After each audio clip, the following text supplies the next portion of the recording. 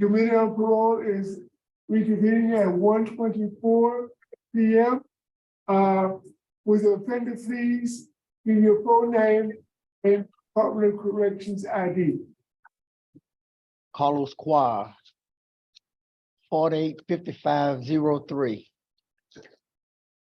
Good afternoon, Mr. Quad. How are you? Yes, sir, I'm okay. Good. Mr. Quad, my name is Albert Roche. And to my left is Ms. Manny Jackson. To my right is Ms. Pearl Wise. We'll provide your parole hearing today. Let me explain the process to you. I will read some information into the record. Once the information is in the record, we'll conduct a parole interview with you. At the appropriate time, we'll give Warden Bickham a chance to make comments, observations, or remarks. Then we'll hear from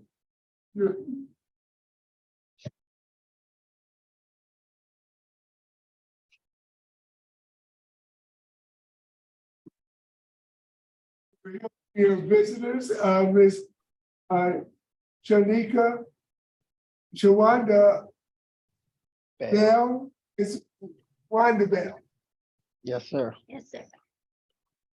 And Shawanda is your sister and Miss Wanda is your mother. Yes, sir. After we hear, then we'll give you a chance to make a brief statement before we vote. You understand the process? Yes, sir.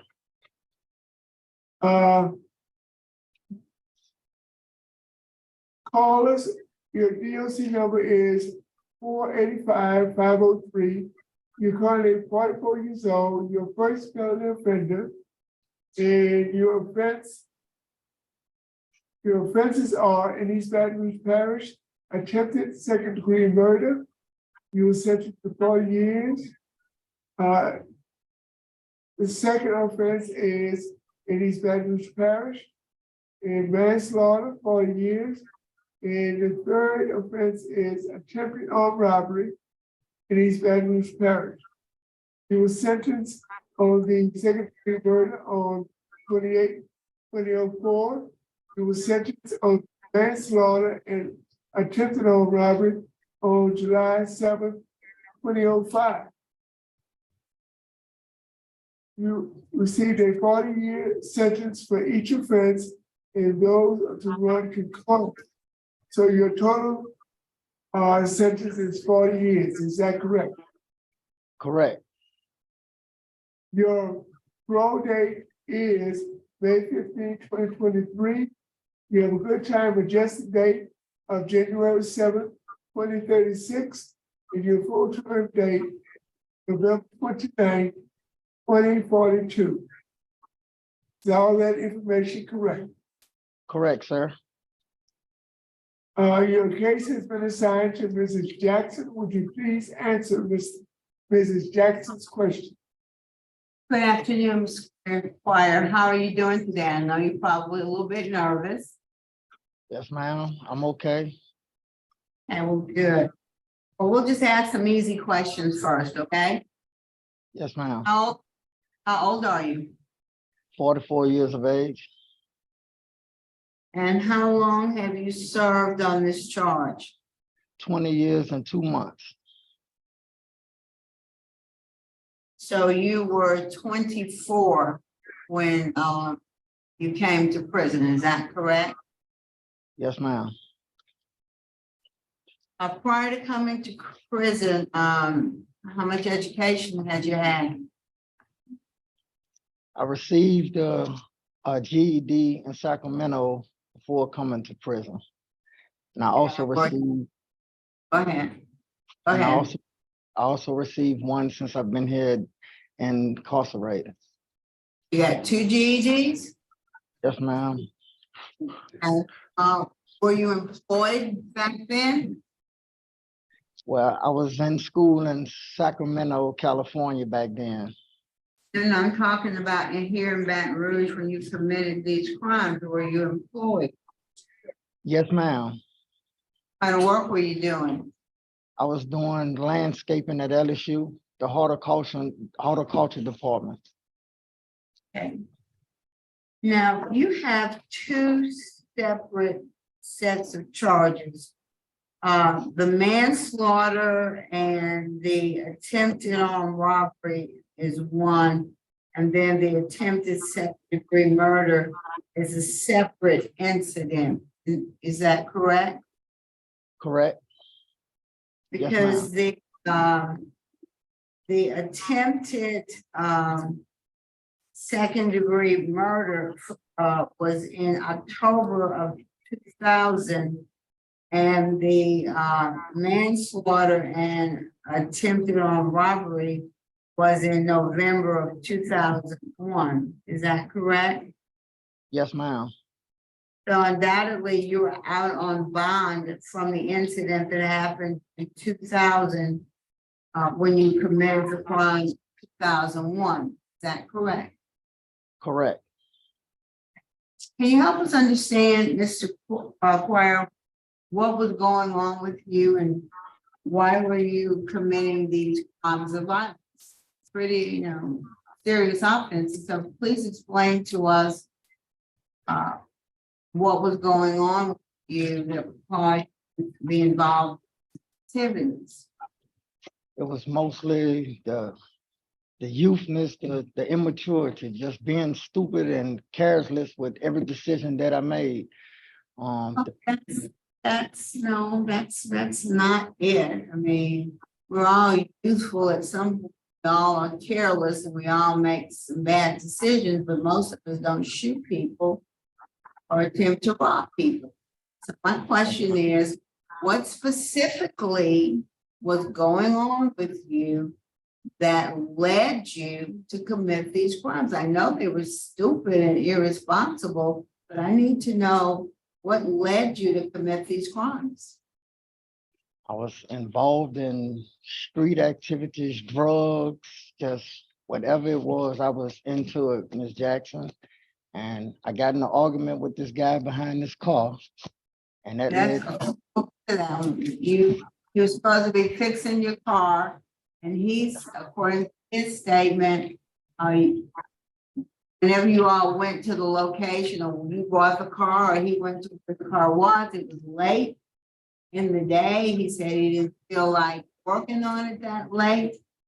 And he said he flew into a rage, became irate, and he pulled a rifle, he struck him with it.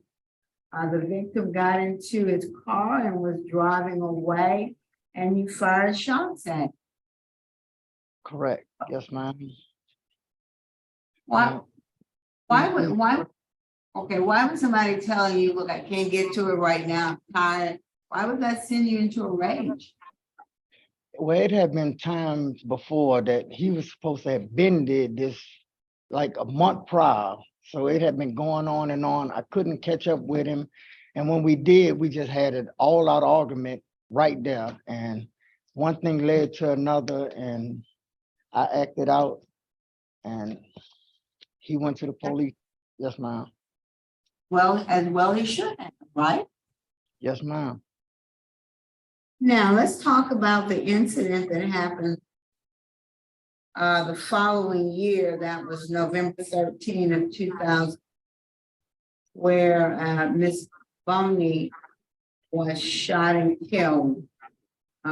So tell us about what happened in that incident, what led you to commit that particular crime. I received a phone call from some people that wanted to buy some marijuana. I didn't have it at the time, so I attempted to rob these people for the money. And with all due respect, it was just supposed to be a robbery that day. And I turned my back and I was talking to one of the people and I just heard a shot. And it ended up with Miss Vanessa being shot. I never looked back at the time. We all just dispersed. You were the one who was arrested and he pled guilty to manslaughter. Ma'am. Was anybody else arrested and convicted of anything in connection with this case? Yes, ma'am. There was the shooter, Floyd Harris. He received a life sentence. And the two other guys that was on the charge, they both made pleas. One got a 15-year sentence, and the other got 6 months. They both already home. So how did you end up with a manslaughter? They said I was the mastermind, and I didn't try to fight anything. I just, But somebody came up with the idea of robbing these people, and you were the one who needed money. So you came up with the idea to rob these people. Is that correct? correct. I just wanted to make sure that we were straight on what happened in this case. So let's move forward to today. Tell me why today I should be comfortable letting you out of prison. Ms. Jackson, since then, I have changed my life completely. I've learned what it takes to become a man. I understand what it takes to be a part of a family, not just in a family. I've took my time, educated myself the best I could. I participated in these classes and tried to see what it was that led me to the path that I was on. But as of today, Let's stop right there.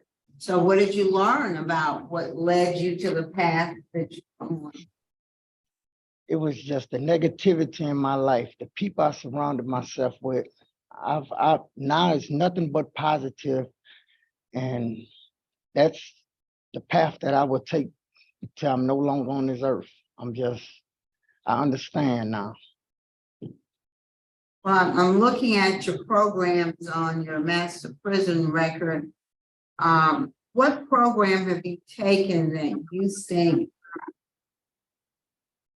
was the most beneficial to you? What did you and why? What did you learn from that program?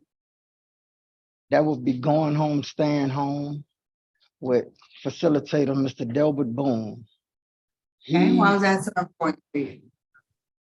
He strictly deals with substance abuse, which that wasn't a problem, but everything outside of substance abuse that showed us how we got here, how we keep coming back, and how we can stop it, he really touched me the most.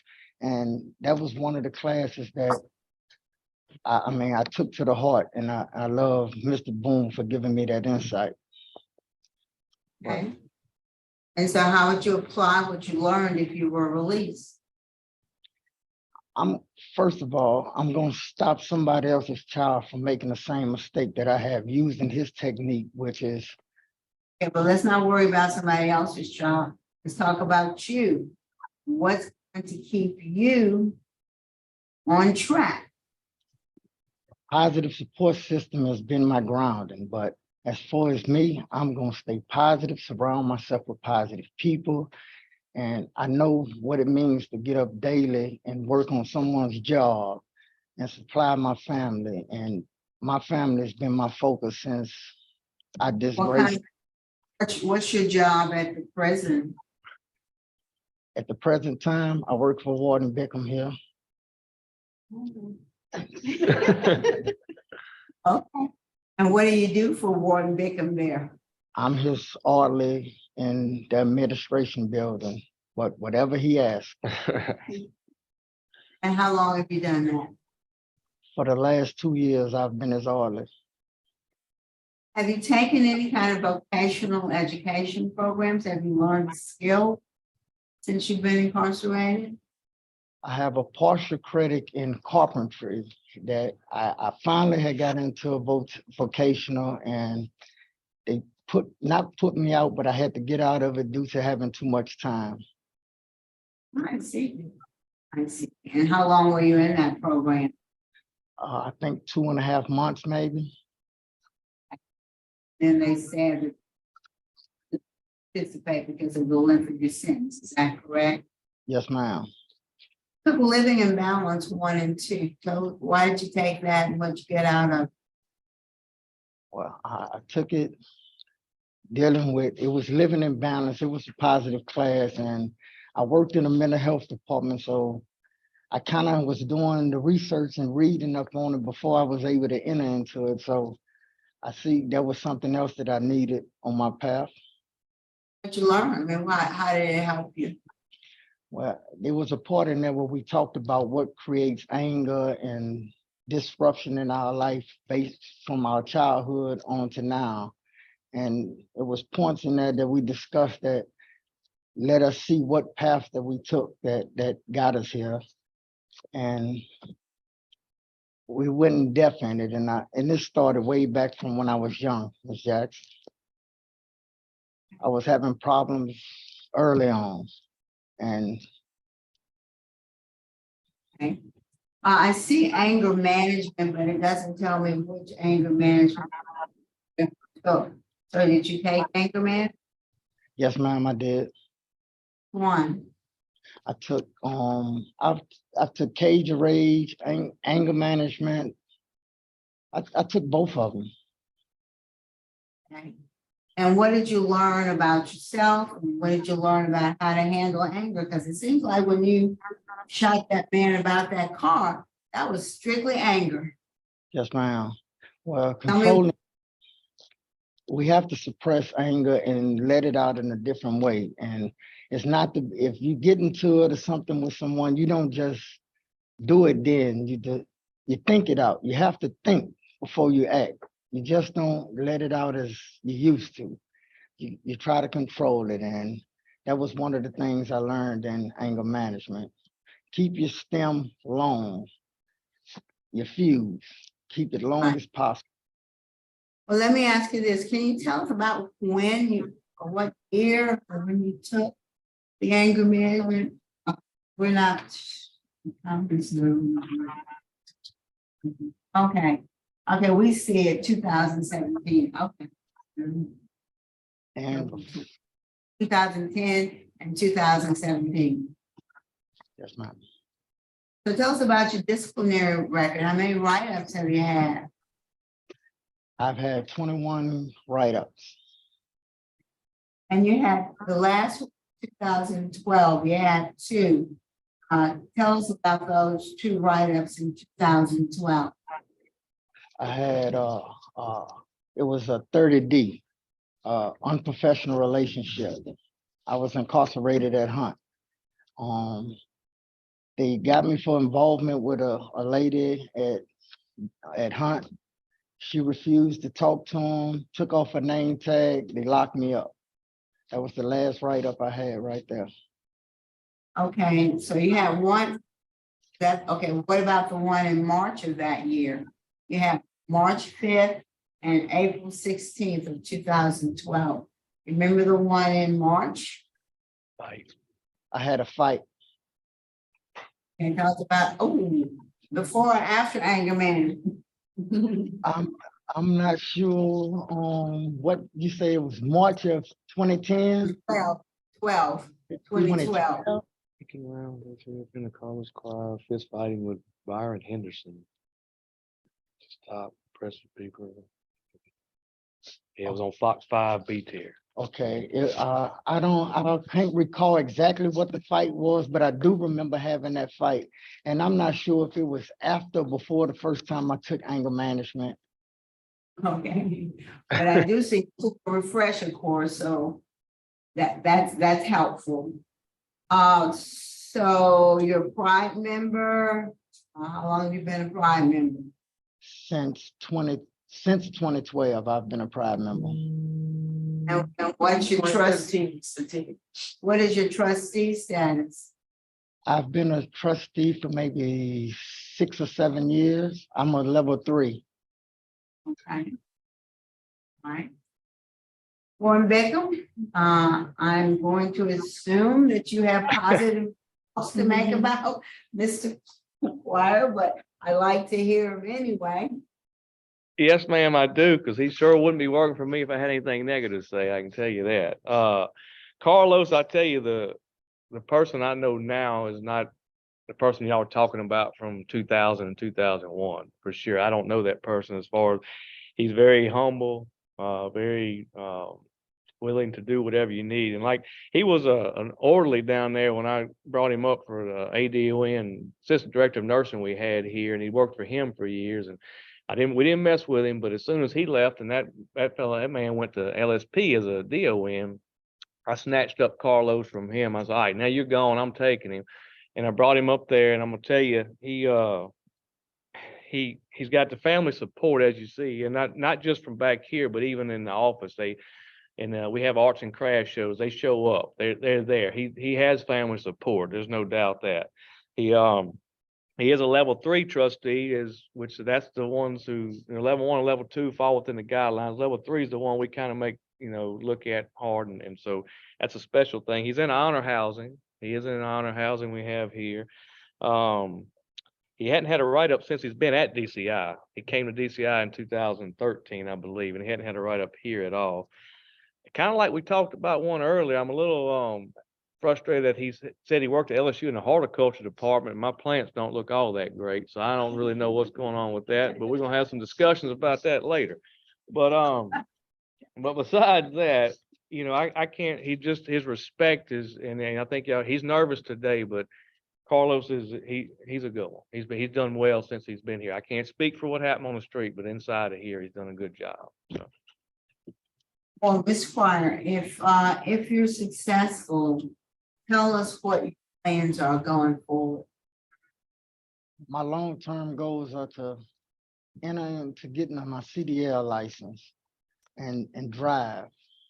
I mean, I still have to help moms and my sister and them for carrying me this far. Do you have the parole project with you? And I have the parole project offering me a way back into reentry and a job and a mentorship and helping me until I can get back into society on my own. But So yes, you ma'am. plan to be a mother when you're released?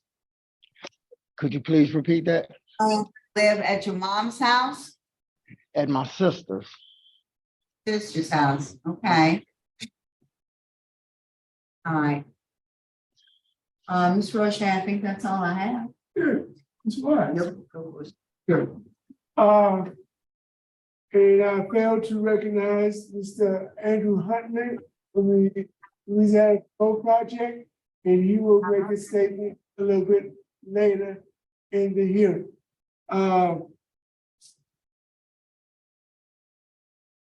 At this time, we'd like to hear from your sister, Shawanda Bell. Ms. Bell? Yes. Come on, Chip. Sit right.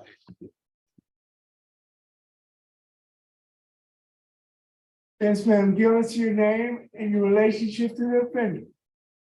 Good afternoon. My name is Shawanda Bell, and this is my brother, Carlos Quire. I'm nervous, I'm sorry. Okay, take your time and give us your statement. You ready? Yeah. Okay, Yes. I'm ready for Carlos to come home. He has been a great person throughout his life. It's just that he got into an altercation back in the days, and I think he's prepared for society right now. I will make sure that he comes home, has a job. I will already have a car for him. I will help him get a CDL license. I'm a mail carrier, so I will try to make sure that he is well taken care of. Thank you, ma'am. Thank you, ma'am. Yes, you're welcome. Let's hear from the person in charge, your mother, Ms. Wanda Bell. Yes, sir. She's in charge, right, Carlos? Yes, sir, she is. That's our treat. Ms. Bell, Yes, sir. would you like to make a statement? Oh, I would love to. Since Carlos has been incarcerated, when he first came in as a young adult, I've seen his growth through the years. I've been here 20 years with him. I've seen like He had something over his eyes, like a shield, or I can say like a cataract covering his eyes. As an example, I say that it has been removed. He sees clearer now. He knows. He's rehabilitated himself. I've seen it. I've walked with him in doing so. So I'm very proud to say, I'm so happy to see, as Warden Bickham says, he's humble. He has corrected his mistakes, of course. What has happened in the past, we regret. He shows, and he's written a letter to the family asking them for forgiveness. And they have forgiven him because he said that he's remorse for what he did in the past. And I believe him, not just because he's my son, but because he's proven himself faithfully. And he has earned respect. Even being in the prison system, so many people respect and love him because of the way that he is.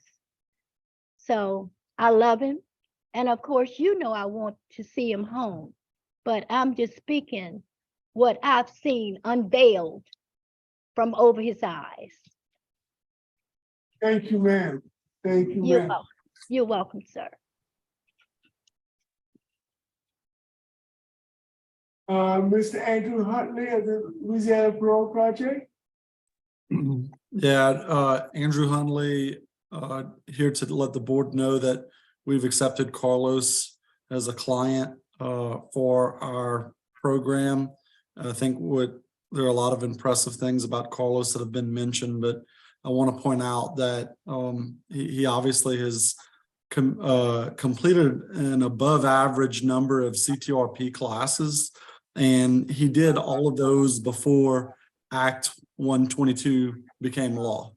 So I think if you look at sort of the trajectory of his time in prison, where he sort of turned the corner, stopped getting disciplinary action, started taking programming, those things happened years ago, and it culminated with him becoming a trustee. And for someone who's been at DCI, I can tell you he's got probably the best job at DCI right now, working for Warden Bickham. So he's climbed the ladder, and he certainly knows what it takes to become successful.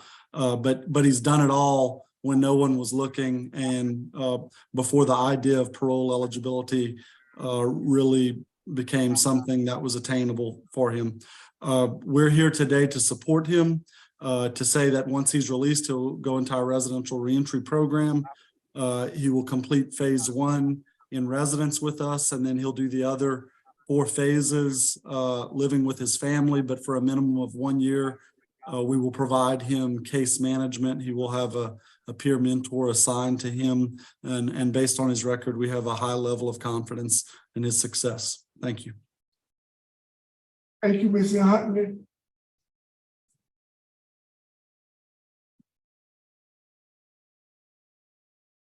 Mr. Quire. Yes, sir.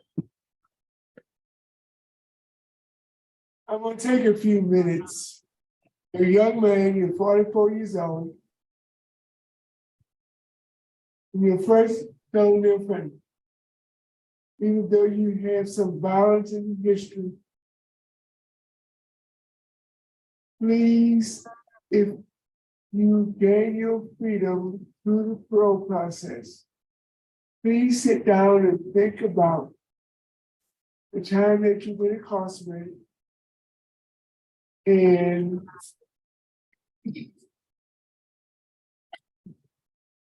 seek out help with your anger management problem. Because they have a way of coming back if you don't pay attention to them. Seek counseling. Confide in your family. If you get into a situation where you think you may get in trouble. You're a young man, you're a talented young man, and I don't want to see you as a offended. So please take this serious, take the process serious. You'll be on supervision for a very long time. Your full-term date is not until 42. So you have 19 years of supervision. And you have to follow all the rules and regulations. You can't live a normal life because you can't go to bars, casinos, you can't associate with known convicted felons. There's certain things that you just won't be able to do. Be satisfied with your freedom, love your family, and control the temple. We have a chance in a very normal, productive life and be a productive member of society. You just have to pay attention to how you conduct yourself with other people when stressful situations arise. And they will arise. Life is stressful. You understand what I'm trying to tell you? Yes, sir, completely. Would you like to make a final statement?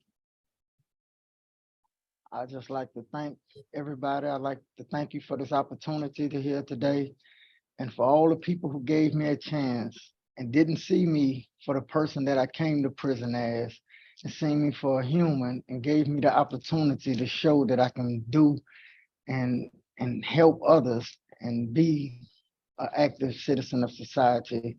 And I do understand you with the chains that I have tied to me as far as the cannots and do nots, and I plan to live the rest of my life in honor of everybody. And I would not disgrace anyone from this day further if it's in my control. I just want to thank you again, Mr. Roche, Ms. Jackson, and Ms. Wise for this opportunity here today. And for everyone who given me support over the years. I thank everybody. So, and especially my mother, and especially my mother for the. And secondly, Warden Baker. I was waiting on that one too. And your sister, And my sister. Okay. Is the panel ready to vote? Yes. Mrs. Jackson. Mr. Quire, a person like you makes my job very rewarding. And I'm always just so gratified when I see the system do what it's designed to do, and that's to shape an individual into a better person, that person with integrity. And it's just very gratifying when you see the fruits of the labor that so many people have poured into. And so I am very confident that you're going to succeed. You've done well so far. You've got a good institutional record. You've taken lots of programs, and you weren't just a body in the, you were there to get out of what was available to you, and you did that. You earned very high praise for Warden victim. And so my vote today would be to grant early release to the Louisiana. Or up to you. Thank you, Mr. Jackson. This is why. And likewise, you did make the job easy, and I just love the way your mother described it. The veil is just off your eyes now. You see what the society see and don't go to jail. So I don't believe you ever be coming back. I concur. My vote is to grant the Louisiana Parole Project, and I'd like for you to do community service to begin about 6 months after release, at least 10 hours a month. Give back. Try to help somebody else to see what you used to see, what you see now.